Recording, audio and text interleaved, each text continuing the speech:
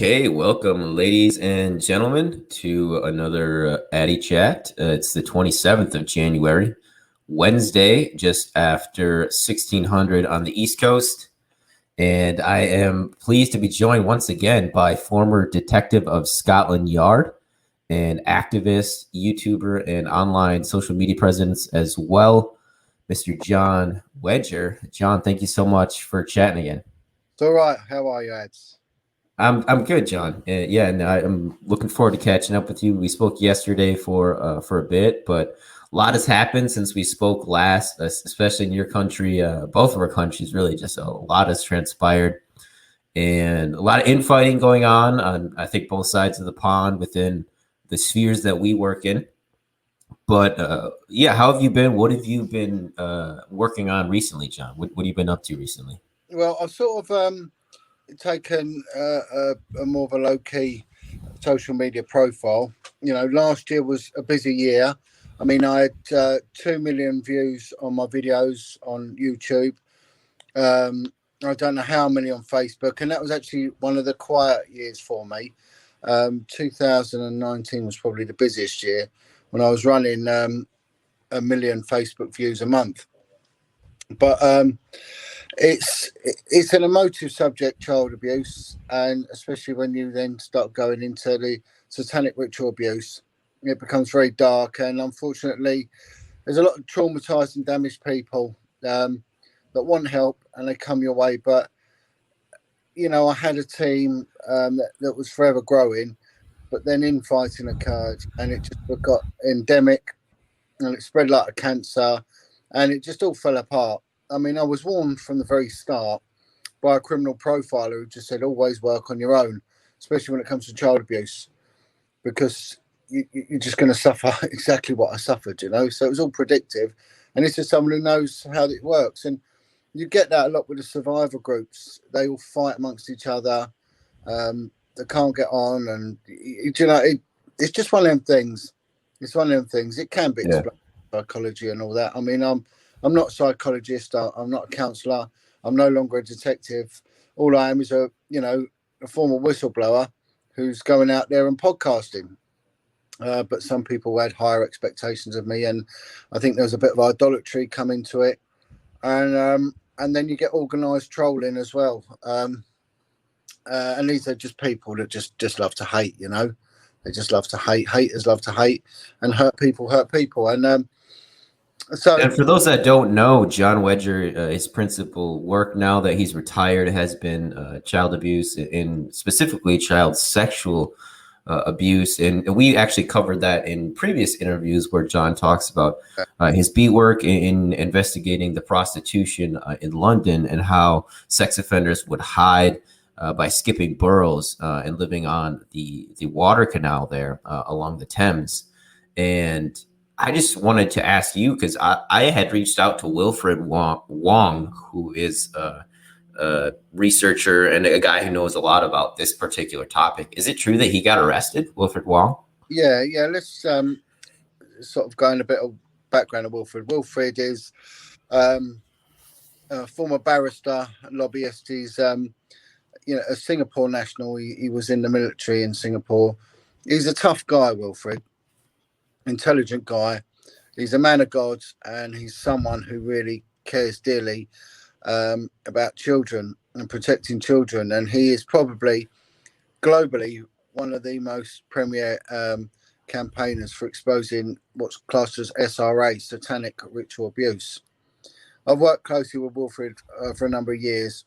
I'm aware of his MO, his modus operandi. I'm aware of his tenacious sort of attitude when it comes to a non-negotiable attitude when it comes to investigating satanic ritual abuse. It's a very dangerous subject. You're dealing with not just perversion, sexual perversion, which involves children on most occasions. You're also dealing with a spiritual battle, which a lot of people, you know, we're living in a bit of a godless world now. A lot of people don't tend to grasp it, but it does go on.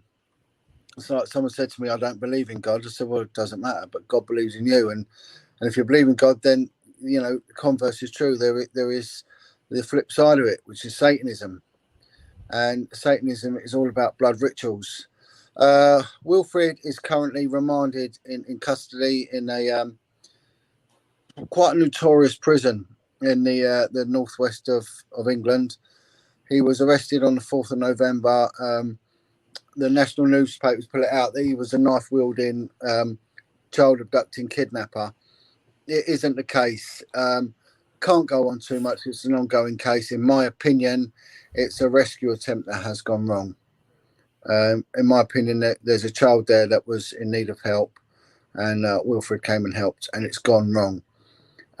Again, we've got very, very strong, not just libel laws in this country, but we've got things known as contempt of court. So if you discuss something which hasn't gone before a criminal court and it's an ongoing proceedings, the court owns the jurisdiction. So it's like you're actually in a courtroom. So the judge can say, right, you're not talking about this. If you do, you too will go to prison. So there's already been 3 people arrested for podcasting about Wilfred. Wilfred was arrested with 5 co-defendants, one of which died tragically in prison. Was found, already was found suffocated in his cell within a week of being locked up. I've spoken to Wilfred. There was concerns, there was rumours that Wilfred had been attacked with a knife and hospitalised. It's not true. Wilfred is a mixed martial artist, and he can physically handle himself, but also he's come to use for other prisoners in there. He's helping them out with legal issues. You know, a lot of people are aware of Wilfred's work. The prison officers allegedly one night sat down and watched one of Wilfred's interviews, and a few of the inmates have seen the interviews that he's done, not just with myself but other people. So he's got quite high standing now in prison. He's quite well thought of. He's just saying the thing that is killing him is the time. But he should have been eligible for parole. He keeps getting it refused. He doesn't know why. So we just have to wait and see. There is a campaign. I can actually. I don't know if I've got some correspondence here. 1 second. I'll try and find a letter. I have a letter from Wilfred. I might just write up his prison number if anyone wants to contact him. There is a, you know, he likes the letters, you see. So what I'll do is I'll quickly scribble on a bit of paper his prison number and his name, his number, and the prison address. And what prison is he remanded at? Yeah, it's HMP, Her Majesty's Prison, HMP Berwyn. Berwyn. And that's, let me just see, just bear with me a minute, Eddie. I have got actually a letter from the prison that they wrote to me, just basically saying that Wilfred is okay. He's not in any problems. You know, he's because I was just doing my if you could Google it, yes. That's how it's spelled. It might come out backwards. Berwyn. No, it's coming out right side. And that is in a place called Wrexham. I spell that, and that's in the UK. If you Google it, you'll get it. But you've got to put his name and his prison number. People want to write to him. It always boosts the morale when you get a letter. Please Google Wilfred as well. Prison number. I'll just put this on, and you can. This there as a matter of record. Then here we go. Look, there we go. Okay, so there's his number, A0599EP. And I will share that in the description box as well. Thank you, John. In case anybody wants to send a letter to him, you actually did, I think, several interviews with him last year, if I remember, in person on your Brew with a View show. Yeah, I did quite a lot with Wilfred, and I've done sort of extended interviews with him in the past. I myself was going out and interviewing victims and survivors of child abuse, but then that specialised into satanic ritual abuse. I'd also done interviews with people from the health service, criminal profilers all around it. So I like to, you know, when I pick a topic to deal with, a bit like when I would investigate, you've got to look at everything around it, you know, the whole environment of it. Um, and I've taken more of a low key approach because you know there was a concerted attempt to. You just have to bear with me because I am in my evening job, so I'll just have to keep 2 seconds. How are you? All right? Oh, you have to press it. All right, my friend. Um, right, so. Well, how have things been, John, with regards to just the general situation and the government and COVID and the lockdowns? The UK's been it's been a real paradox because I was going to anti-lockdown protests and speaking out. Um, of course, there's no doubt that there is a flu virus, which is, you know, causing people a lot of discomfort and it's actually causing some deaths. But no different to the amount of people that die of flu in the UK anyway. We've had a drop of 98% of flu deaths, yet the death rate for the UK has remained constant over the last 30 to 40 years. It hasn't altered. So there's been no spike in deaths. It's just that there is a flu and people are getting it. I mean, the UK is a wet, cold, damp country, which is synonymous with colds and flus anyway. They've locked people up. And they've made us mask up. They brought in very draconian rules. They've stopped us from going to our public houses, our pubs, our bars. I mean, the UK have got some of the best pubs in the world. We're like the benchmark for pubs, and you know, it's where the British people would go and sit down and drink and meet and discuss things. And it seems strange that the first thing Hitler did when he came to power was shut the coffee shops and the bars to stop people colluding. And they've done that in the UK. And they did it during the Great Plague of 1665 as well. They shut down all the bars. So we're seeing the same sort of legislation that was brought in, you know, nearly 400 years ago. You know, and they're the centerpiece of life, but you know, economically they can't survive. These are places that have been open, maybe some of them 1,000 years. They've been, you know, purpose built, and they're still in operation even to this day. Like these old sort of ancient coaching inns and ale houses, and you know they survived civil wars, great wars, and they've shut them, and they're not going to be able to open. So we've basically got no bars left in the UK. They just haven't survived. You know, it's so difficult, and of course, coffee shops, restaurants, you know, and if people go out, no one can go to toilet, you know, so it's not a problem for men, but for women, there's nowhere for women to go to the toilet. And it's quite interesting when you draw a parallel between what would happen in India. A lot of women, you know, they were poorly educated and illiterate because they couldn't go to school because they refused to build toilets for women. So women couldn't spend an inordinate amount of time away from home because their toilet was the field, and that made them vulnerable. But also, you know, they have body functions that are totally different from men, especially once a month, and it actually prohibited women from getting an education. And we're sort of seeing a very similar thing in the UK now, where you can't go for long walks. You're not allowed 2 miles from your home. But if you want to go for a long walk, there's nowhere to go to the toilet. There's nowhere to go for refreshments. They've shut down our gymnasiums. It's just mad. It's absolute madness. But I'm surprised with the British people how they've just acquiesced to this. I mean, I've not acquiesced to it. I've not. I won't wear a mask. I tried one on once. It made me feel ill. You know, it was appalling. It was absolutely suffocating. Hello, mate. All right. Yeah. Good, my friend. How do you think the U.S. election has tied into events over in your country, John, if at all?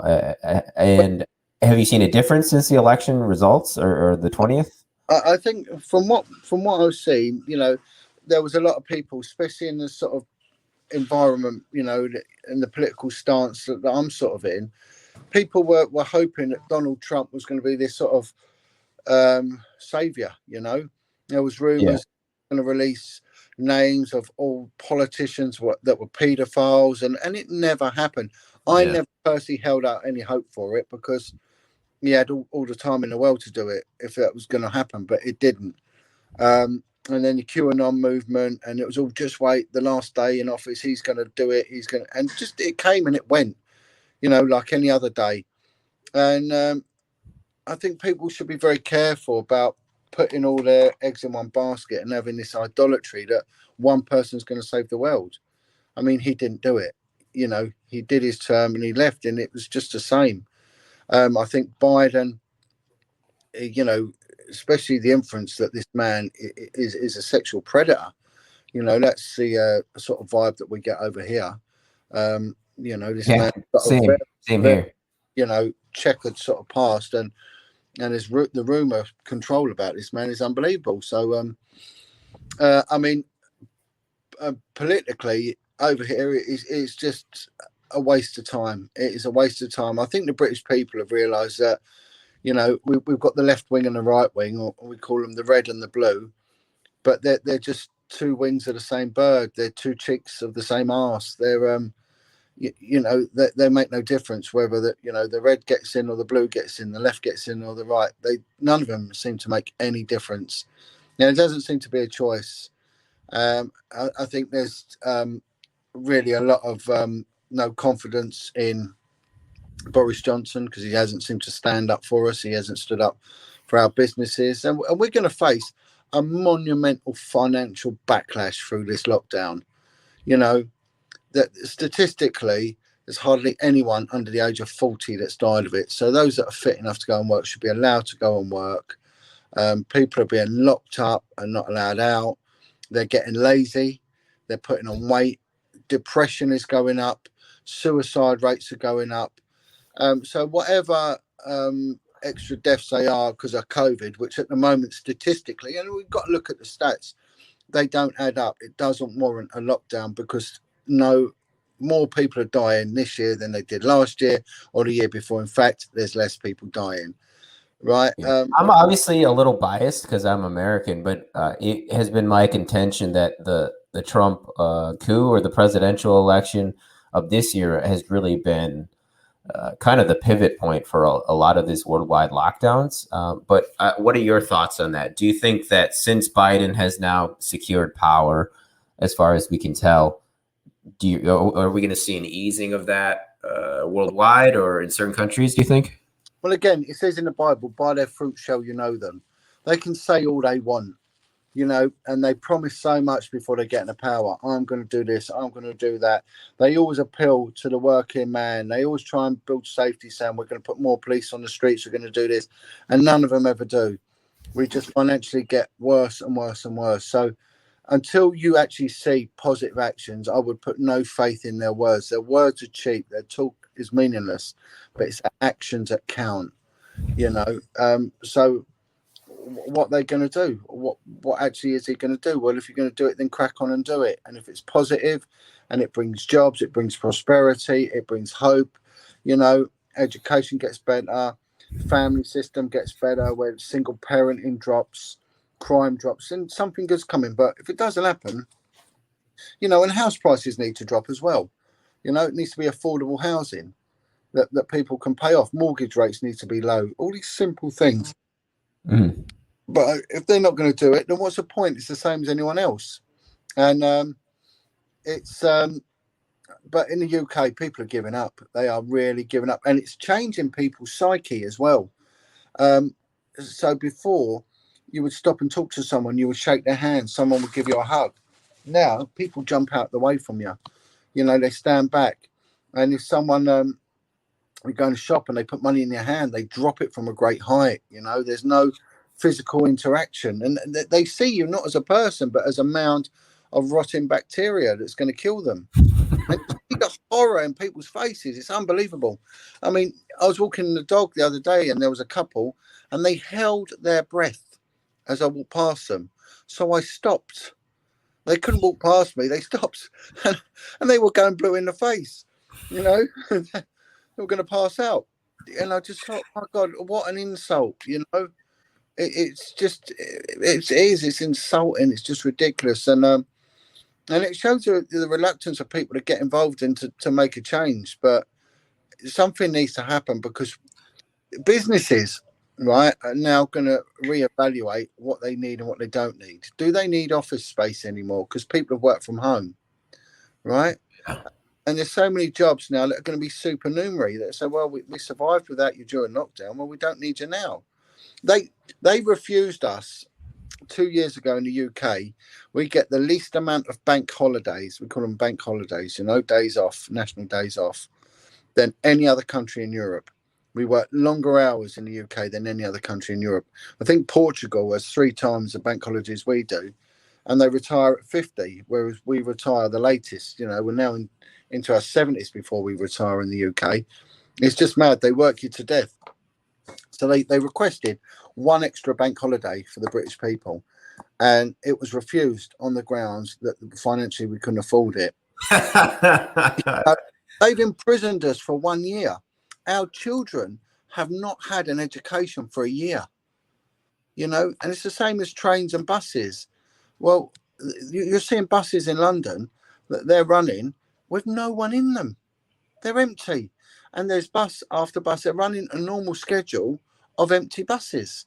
Same as trains, empty. Now, it's not long before they're going to start cutting back on that. And once things go, they never come back. Okay. So I have a question here, John, before I pivot again. What are your thoughts on Nigel Farage? Again, I mean, he appeals to a certain genre. He's a former banker. I think he was a merchant banker or something to do with the financial sector. He's obviously a wealthy man. He appeals to people in the UK in respect to immigration. We're getting a lot of immigrants smuggling themselves into the UK now on boats from France, which is I've noticed. It seems a very en vogue thing. I mean, why weren't they doing it years ago? Why now are they all? It doesn't make sense that you'll go through periods of nothing happening, and all of a sudden, bang, it all happens. So there's a lot of people there that are getting angry. The British government doesn't help by putting people up in hotels at the cost of the British public. But there's a lot of xenophobia instilled into people. Now, I remember in my days as a detective in London, and bear in mind, London is one of the most diverse cities in the world. And the UK was the centre of the biggest empire that there's ever been. The Romans were. People stay, it still stands. Yeah, so sometimes, the birds come home to roost. So we've got the Commonwealth, a lot of countries in West Africa, the Caribbean islands, all over the place. India, and then you get a lot of communities set up in the UK. Now, what happened in the early 2000s was that Europe was breaking down its borders from the old communist regime and allowing free movement. And I can remember a country called Lithuania. It's a very small Baltic state that borders Russia. And there was all this publicity coming out in the national press that Lithuanians were a very hard ex-Soviet bloc country. Their main export is guns and prostitution. They're the experts at forgery. So if we go into the euro, they're going to defraud us of all the euros. They're going to be making money and running prostitutes and bringing guns in. And these are bad. This is the beast from the east, they called them. Right. And there was all this panic about these Lithuanians that these were like the Stasi. These were like paramilitary, these guys, and they were hard, tough, and they were going to just wipe us all out like the grey squirrel. They were going to destroy all us little British red squirrels, And they came over here, and do you know what? All they did was work hard. They integrated. Most of them were fluent in English before they came here. And that was it. And they brought back a lot of family values. The next race was the Romanians, which has got like a recognised ethnic sort of group of gypsies, proper gypsies, trace themselves back from Indian blood gypsies, And they said these Romanians, They make their money through prostitution and stealing children. And there was all this panic that Romanians were going out and stealing British children. You know, the Romanians came here, and do you know what they did? They worked hard. They worked hard. They learned English, they integrated, and they worked hard. You know, and they've done nothing. So you can easily wind people up, you know, and it doesn't take much to wind up the right wing and say these people are going to ruin what you've got. We need them out, you know. And you know, people going about the white Anglo-Saxon. You know, we are the most mixed race on this planet. You know, the British people. There's been an attack on the British people because we're a tough race. You know, we could go to the Arctic and survive. We could go to the jungles of South America to survive, and we would survive. There's not many animals you could put all around in different climate zones, and they'd survive where the British were good. But we've been eroded over time. You know, we've taken away our values. They've taken away our dignity, our self-respect, and they've turned us into lazy morons, really. And the migration has given us a boost because, you know, a lot of them have come from good family structured units, and they bring them attitudes back here. And you know, I'm all for them, but Farage, he's got a point. You can't just, you know, allow people in. There's got to be regulation, and there's got to be borders. But at the same time, you know, the British had one of the best border security in the world. They got rid of it. They just got rid of it. So don't go blaming what's happening now. When it was happening, people should have kicked off them, but they didn't, you know. And we had some of the best policing in the world. We were a benchmark. As a detective, I've taught, you know, detectives from all around the world, you know, from Saudi Arabia to Jamaica, Trinidad. They've all come over to our training college, and you know, I was teaching interview skills, and we were seen as the best in the world. But now we're just seen as a joke, a laughing stock, you know. And they've slowly eroded. But it's our government's done it. I don't think it's immigration that's done it. I think it's our own governments that's done it, you know. You mean you think they are purposely trying to incite infighting within your citizenry? No, I think what they're purposely doing is turning the British people into morons. You know, they're watering down our family values. They're breaking us up. There seems to be an emphasis on single parenting and not keeping a family together. You know, we've got women that can't cook, men that don't know how to cut the grass. You know, we've just turned into morons, and we have. Horrible. I'm not knocking the British. I love the British people, you know, and I'm one of them. Sorry, I've got to keep you're still there, man. Oh yeah, I'm here, John. No worries on that. I wanted to ask you though, John, about Anthony Bourdain and Isaac Cappy and their deaths. I don't know if you have thoughts on them, if you know who those two guys are. Yeah, I mean, I've not really looked too much into Isaac Cappy. I've been sent a video of him. I mean, Anthony Bourdain, I mean, I'm aware of him because of his celebrity status, you know, being a chef, and I've seen some of his programs. But it's very interesting that, you know, he knew what was going on. He was aware of paedophilia, and so was Isaac Cappy in speaking out. And the next thing, hello, mate. And the next thing, you know, they both had suspicious deaths. I mean, it doesn't take a genius to work out what's going on. And I mean, we've had it in the UK. We've had people speaking out. I mean, I was one of them. It's slightly different over here because what they'll do is they'll discredit you, and they'll just make you destroy yourself, really. Ultimately, you know, if you are a problem, I'm no doubt that the intelligence services will kill you. And I don't think there's many people that believe the official narrative of Lady Diana's death, you know. So, you know, we see it over here quite a lot when people are speaking out, how they are attacked, they were imprisoned. The man was a whistleblower. Well, both of them were whistleblowers. They should have been protected. They should have been taken seriously. And what they had to say should have been investigated. And it just goes to show the cover-up, you know. And okay, and this next question I'm going to ask is simply as it's not because I usually don't ask these types of questions, but just I think for the audience benefit, you're obviously on good terms with Sean. You were just on his channel, And I also want to tie that into a question about because you were taking a break from social media for a few months there, correct, John? Yeah. Okay. And you're coming out now, and there's quite a bit of infighting going on, or at least there was towards the end of last year, second half of last year, within the English kind of media sphere that I could tell.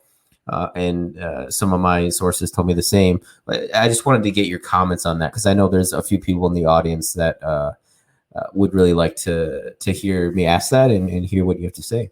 Yeah, I mean, I've suffered from it as well. You're gonna get damaged people, okay, and they want their voice, and rightly so. But they get their voice, and some people then their ego runs amok. They become jealous.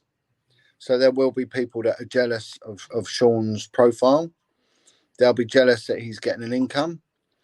I mean, I was reported to the Serious Fraud Office last year, to the Inland Revenue for tax evasion last year, to the police. I had people taking injunctions out on me that I've never even spoken to.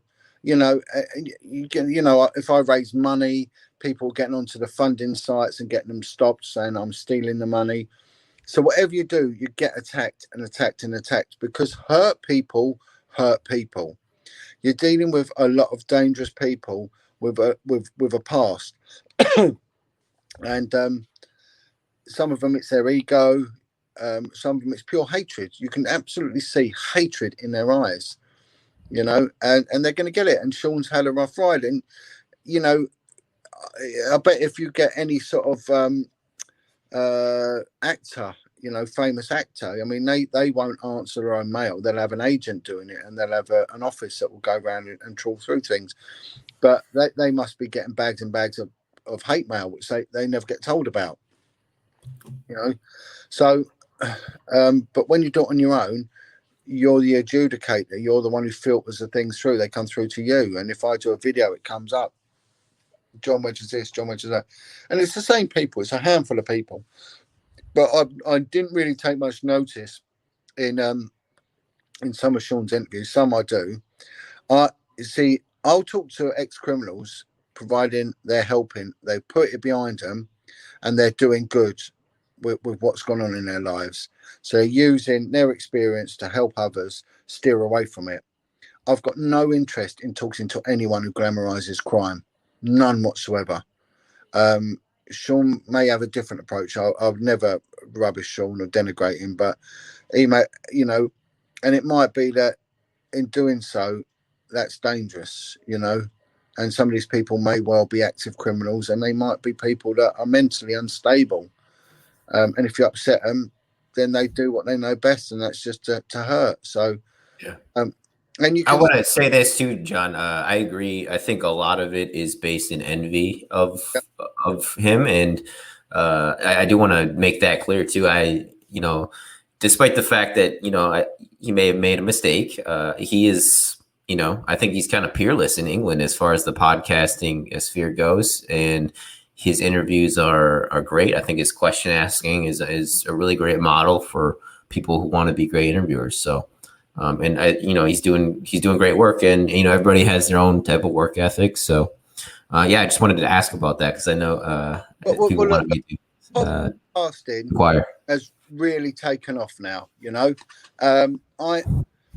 would do it very amateur how I did it, but again, I've become incredibly successful at what I was doing. It was just really going well, but it was just me, my mobile phone, and some very, very cheap equipment.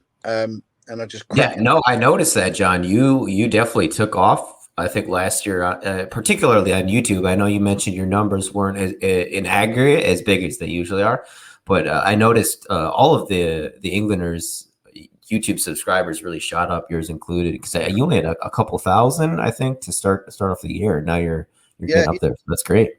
Some have gone over the 2 million mark and all that, but it's become big business, right? So people are linking in with advertising agencies and they're doing it good, and they're doing good jobs because it's an alternative narrative, to the mainstream media, and the mainstream media is letting people down. It's filtered, it's government sanctioned, and it's a load of bullshit, really, But but what happens is that people then think that they can do it, but not everyone can do it. It's a skill. Interviewing is a skill.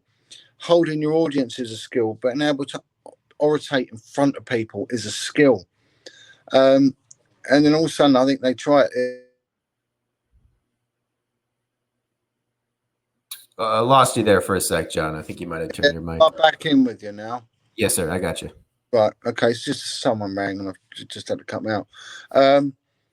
So I think they're all jumping on board with the show and they realise then that they're not getting the figures. You know, they're not getting the figures like Sean Atwood and some of the big main podcasters. Now, Sean's been doing it over a decade, you know, and, you know, he treats people well. He's got good interview skills. You know, there's a balance when you interview, and they call it, you know, the 20-80. So it's 20% the interviewer, 80% the interviewee, you know. And he's got that down to a T. And I just think it is. It's just there's a lot of hatred, and they see the potential to make money without really breaking into a sweat, you know. And then what happens then is you get trolled, right? And you get negative comments. Now, I was speaking out against child abuse and the cover-ups of child abuse, and I couldn't believe that people had a problem with that. I thought, how could anyone have a problem with that? But they did, right? And then when I started speaking out against satanic ritual abuse, my words, you know, the hatred that came my way, as Wilfred will testify for. But Wilfred said, if you're making an enemy of a Satanist, you're doing a good job. You know, they should hate you. They should be putting horrible things about you because you're over the target. You're getting the flack because you're over the target. But some people, it destroys them when there's, you know, something you learn to live with. And I pull up with it for just under 4 years. And then I had enough of it. I thought, enough now. I don't need this. And it was becoming very spiteful and it was involving my family. So I put an end to it. Now, what I do now is I'm still investigating crimes against children, but I do it covertly now. I work on my own, but I link in with people and then I link out again. And I've got a film crew with me and I'm doing all right.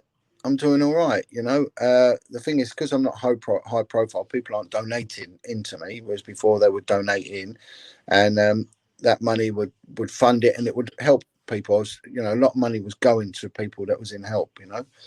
But unfortunately, that won't happen anymore because, you know, idiots screwed it up for everyone. But that's what they do.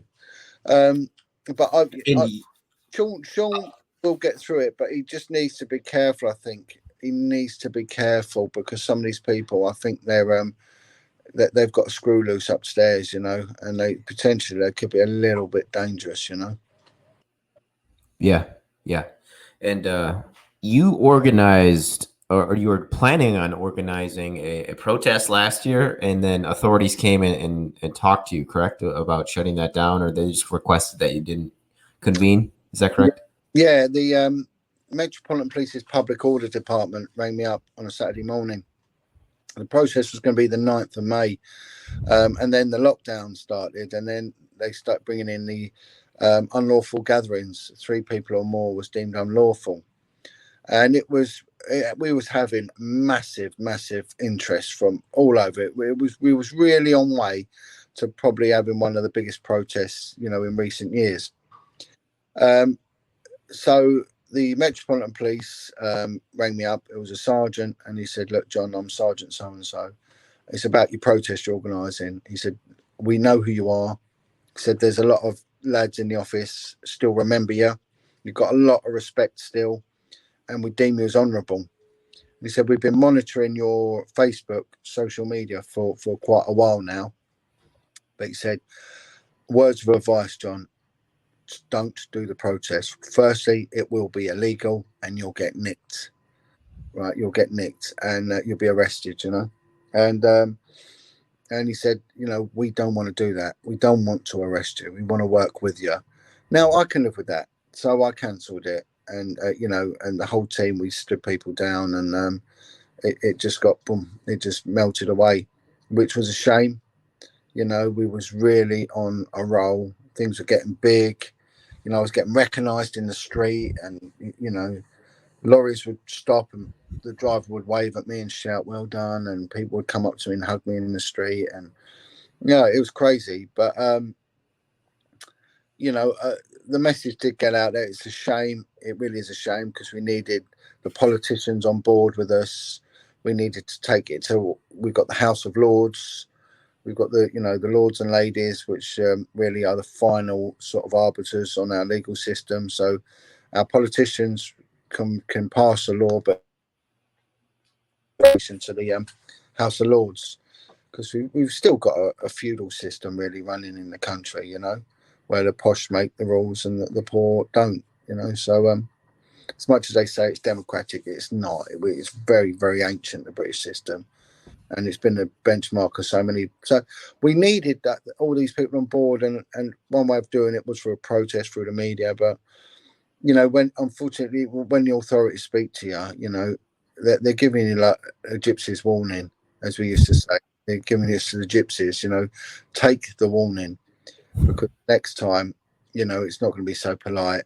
And I always say something about the police. They're like wasps, right? Leave them alone. You agitate them, they will sting you. They won't just sting you once; they'll come back and keep stinging you. Leave them alone. The best place to keep the police is at arm's length. I've got no need to interact with them. I've never ever would I want to antagonise them. You might win one little battle with just a normal beat police officer, but that they've got riot teams, they've got detectives, they've got surveillance teams, and people have no idea of what they're capable of. They think the police are just the uniformed officer that either walks about or drives about. No way. That's 1% of what it is, and having worked in the police and in covert policing and on sensitive inquiries, I worked in buildings that people didn't even know there was anything to do with the police. I would go in there like this. They were just in industrial estates, and they were fully functioning, investigating depots. No one had any clue. The cars were registered to building companies or plumbing companies or all sorts of things, So if anyone got the number plate, so it's clever. It's clever, and I mean, and that's without really going into the realms of the intelligence services. So, we've got our police, but on top of that, we've got military intelligence, and they will be monitoring what we've been doing, because they get involved when anyone upsets the political or the economic or the health stability of the country. So there was every chance that what we was doing was going to affect the political stability, because there was a lot of politicians that were named as being paedophiles. There were a lot of politicians that were failing to act, in the right way. They were acting in a way that was basically malfeasance in a public office. Yeah, the judiciary was getting looked at the way that they've allowed paedophiles lenient sentences. And then what happened with Epstein, that his links with Prince Andrew, and that really, I mean, if anything, over in the States had any impact over here, it was the Epstein thing. And it's funny how everything came at once. The Epstein shut down. The next thing, we're all locked down, all within a couple of months. I mean, that potentially could have ruined the royal family. I'm not a royalist. I think they should be removed. I think they've got a horrific, perverted history. They've been responsible for a lot of atrocities. They failed to prevent a lot of atrocities involving children and sexual abuse. And I've personally been told about members of the royal family that have been very active paedophiles. So I'm not a fan of them at all. I'm really not. I've served the crown, but again, I wouldn't knowingly ever serve a paedophile or whatever, or a procurer or a protector of paedophiles. But I mean, Prince Andrew, he was in a world of trouble. He really was in a world of trouble, and it just went away. It was typical British. There's nothing to see. Move on, old chap. Let's have a cup of tea and a game of cricket, and let's forget all about it.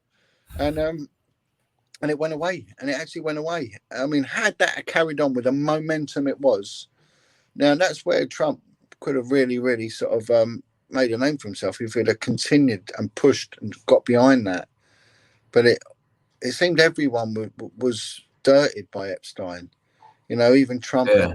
sort of involvement with his little island and his planes, and so did our former politician Tony Blair. And you know, it just shows, you know, the extent of the perversion, you know, and what these people get up to, and they will keep records of it. So everything, you know, the moment anyone got on one of his planes, it would have been ledgered, logged, and recorded.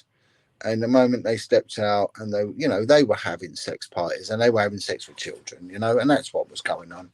Um, they can say what they want, but that's what was going on, you Our know. Chief Justice was on his ledger as well, or his flight log, Mr. Roberts. Is it your understanding that Andrew is a MI6 operative, and that's why he was with Epstein? Uh, but I don't know. I mean, he's a member of the royal family. I mean, they're he doesn't need to be an MI6 operative, does he? I mean, he doesn't need to do anything. You know, he can sit on his arse all day. He'd still have a nice life. You know, he might be, he might not. Who knows? I don't know. I mean, it makes me laugh. It's like when people say there's a secret file that's just come out. Well, if it's secret, how's it just come out on the internet? You know, if it's secret, it's secret. No one knows about it. You know, and you know, so these things don't just leak out. I mean, you did have Julian Assange was leaking information, and you look what they've done to him. I mean, they should have just killed him. Really, um, you know, that would have probably, you know, done them more favors if they just shot him, run him over, or whatever that they do. You know, but he's, you know, stirred up more of a drama being locked away. But he was speaking out about what was going on, and bang, that was it. You know, he'll probably never see light of day, and I think if anything, he's probably gone mad now what they've done to him. Uh, but it, you know, that we was on a real tipping point, you know, and especially with Epstein's death or alleged death or whatever it might be. Who knows what happened? But and maybe you'll never know. But it was just like another John F. Kennedy scenario, and you know, that hot potato should never have been dropped. Should have kept You on. think we already? You think we dropped it, John? Yeah, I think it's gone. It's dropped. It's gone. I think the you know, the time for it, the momentum's just gone. It was there, and it was there, and it was moving. That was really was good news, and that was big news.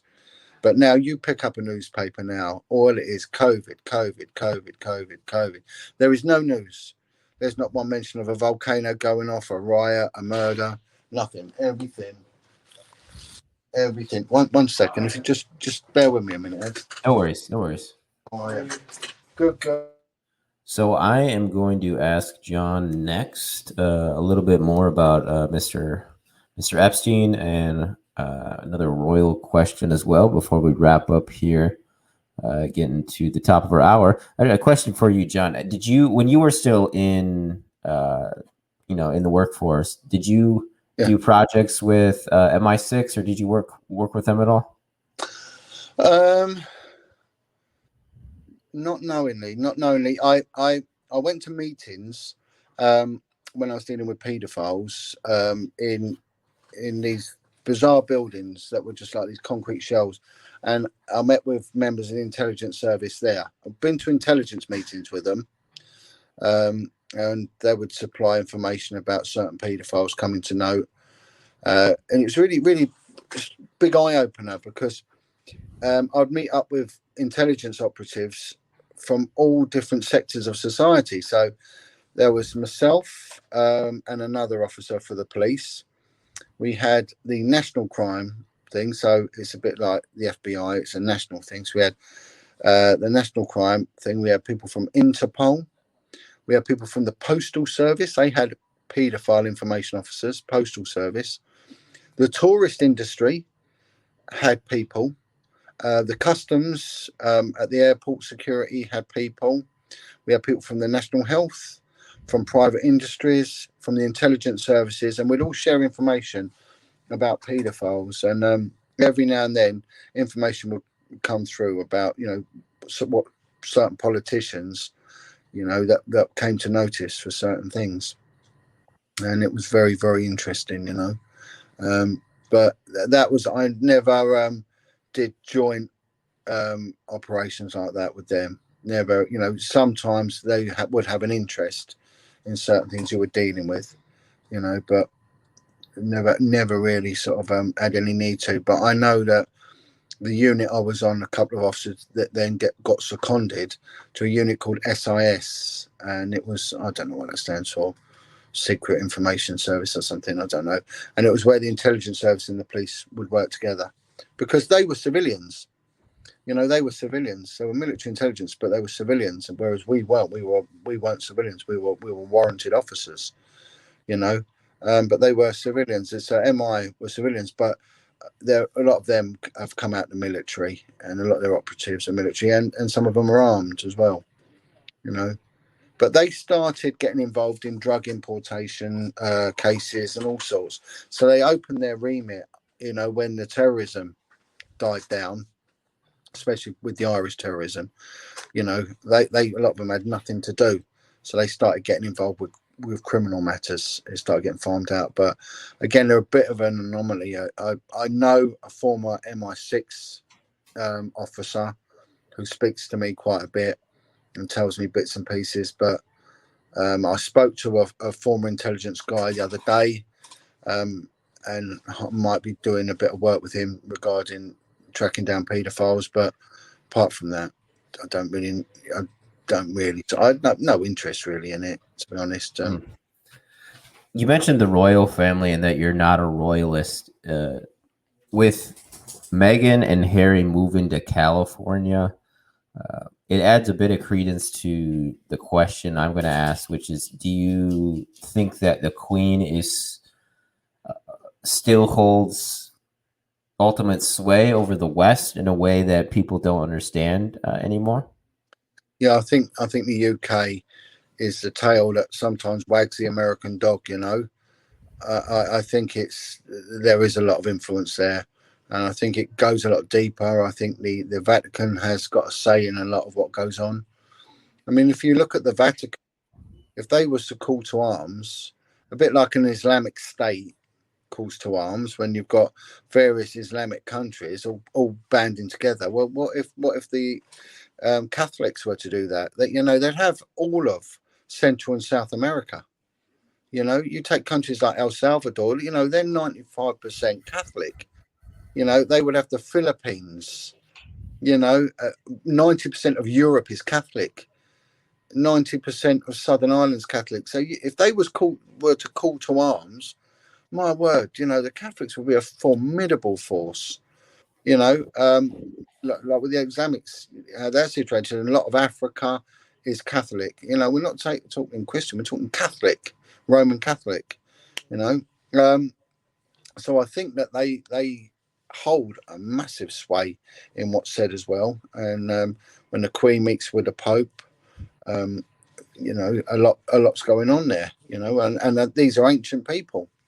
These go back a long way, a hell of a long way. And the other thing with Harry is that they call him Harry Hewitt, not Harry Windsor, Harry Hewitt, because the rumours are that it's Major what's his name, something Hewitt, an ex-army officer, is his father. And if you look at this Major Hewitt, he looks just like Harry. He's got ginger hair. He's in the same regiment that Harry was in. It's a bit of a no-brainer that is Harry's dad.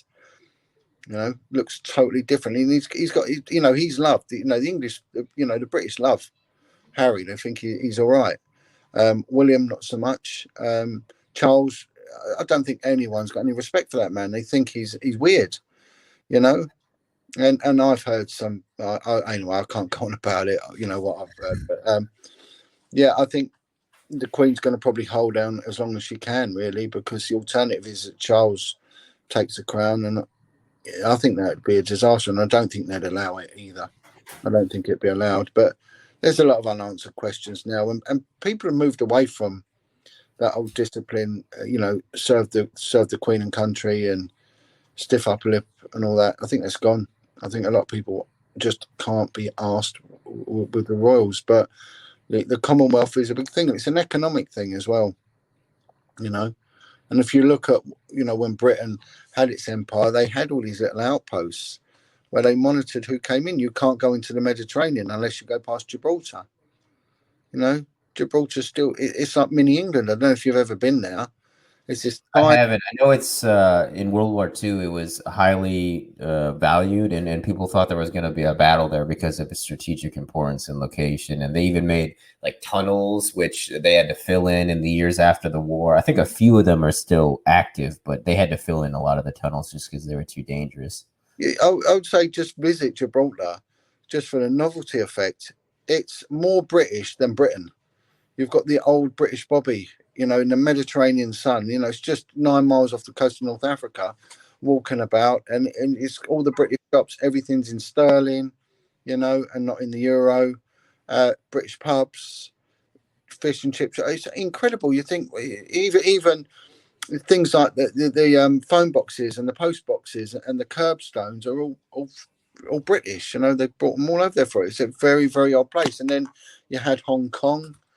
Again, you couldn't really go anywhere in the Far East unless you went past these outposts, Singapore, Hong Kong, and again, the little outposts in Africa, not the interior, because the interior was difficult to manage, but all the coastal things, they had them all. So it was so strategic what they did. And the other thing people have got to ask themselves is that, the UK, we become so EU compliant and we took on so many EU laws. They're both basically dictating to us, but we never took on their currency, right? We never took on their currency. We never lost the sterling. Yet the City of London, which is its own country, a little principality in the middle of London, like the Vatican, a third of the world's economy goes through that place every single day.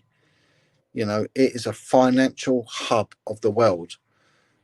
So that's probably why they never. And if you look at the other banking places like Switzerland, they've not gone into the euro either. And these are big questions that I would always ask myself. Why have they not done that? You either go into it or you don't. You either take the laws or you don't. And so Britain coming out of the EU, well, I think it was always going to happen, but they did their best to sort of stop it happening. But the majority of people wanted out, and so has it made any difference? Well, I don't know. We'll find out. I just think that none of us have got any control in what's going on at the moment. It's just monumentally crazy times, and it's very sad, especially if you walk through London now. It's dead. It's a ghost town. It's just shut up. The bars, the pubs, coffee shop, all shut. All shut. Well, we are pretty much at the end of our hour here, John. What's the next couple weeks, the next month going to look like for you work wise? What are you focusing on? What do you want people to check you out? Yeah, I'm investigating satanic ritual abuse. I'll continue to do so. We're also looking at indigenous belief systems, mainly from the Caribbean and Africa, and how much they're influencing organised crime in London. So I've spoken to quite a few victims of voodoo, and they've been trafficked over for the sex industry. And it really is dark and dangerous, and very, very prevalent in the UK. So videos are coming out. I'm doing podcasts. Podcasts will go out onto my YouTube channel. Facebook is totally redundant. I don't use it anymore. I'll only pick up a message here and there. But apart from that, it'll be YouTube, or it'll be my website, the John Wedger Foundation, JON Wedger Foundation, or John Wedger Foundation YouTube. But a lot of my stuff now is very, very covert. But periodically stuff will go out. But I'm working with a film crew, and hopefully we'll be having a series of documentaries coming out about child abuse and the cover-ups in the next year or so. So we're very much well into that, getting a lot of our footage now put together. Excellent, John. Well, I'd love to chat again soon. And whenever people are allowed to leave their countries again and go visit England, I'd love to see you again too in person and do an interview that way as well whenever that happens. So I will put all your links in the description box as well, John. Yeah. And but Pepsi Watson is now free, so Adam Watson is now out and trying to rebuild his life. So God bless him, and well done, Pepsi. Okay, that was okay to release. Yeah, he came out just before Christmas, and he's still got issues, really, because they're still restricting his freedom. But the main thing is he's out, and hopefully all the other matters, the probation matters, will be resolved. Objects in the mirror, hopefully. Yeah. Awesome. Thank you, John. I will talk to you soon. Thanks everybody for listening, and stay frosty, folks. Till next time.